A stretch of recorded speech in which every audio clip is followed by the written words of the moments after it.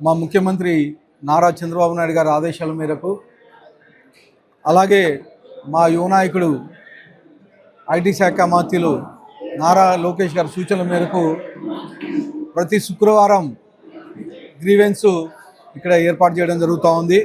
శుక్రవారం ఇక్కడ నాతో పాటు మా అధికారులు, రెవెన్యూ వాళ్ళు, అలాగే మున్సిపల్ శాఖ సిబ్బంది, ఎలక్ట్రికల్ శాఖ సిబ్బంది మొత్తం ఈరోజు ఈ గ్రీవెన్స్లో కూర్చోవడం జరిగింది.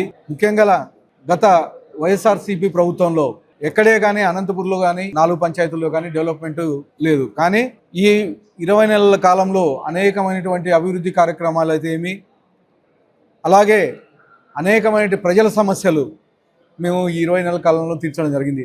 ముఖ్యంగా లాంగ్ పెండింగ్ వర్క్స్ అంటే 30 ఏళ్ళ నుంచి 40 ఏళ్ళ నుంచి అనంతపూర్ అర్బన్ నియోజకవర్గంలో ఉండేటివి దాని మీద దృష్టి కేంద్రీకరించి రోడ్లు అయితే ఏమి, అలాగే డ్రైన్లు అయితే ఏమి, అలాగే ట్రాన్స్ఫార్మర్లు ఎక్కడన్నా పవర్ ఇబ్బందులు ఉండేటివన్నీ దాని మీద కాన్సన్ట్రేట్ చేసి ఈరోజు ఈ 20 నెలల కాలంలో వర్క్ చేయడం జరిగింది.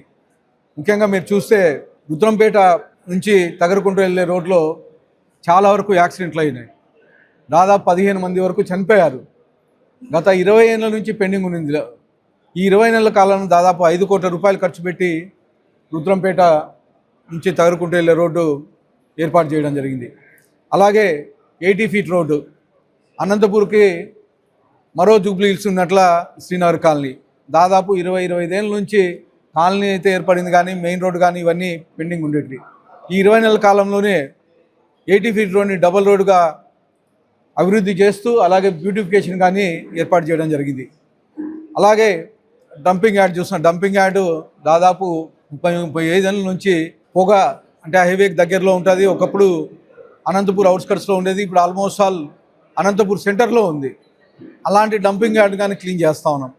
అది కానీ బ్యూటిఫికేషన్ చేసి త్వరలోనే ఒక 10 ఎకరాలు పార్కుగా మార్చబోతున్నాం. దాన్ని పార్కుగా మారుస్తూ ఒక ప్రాసెసింగ్ యూనిట్ కానీ తీసుకొస్తున్నాం.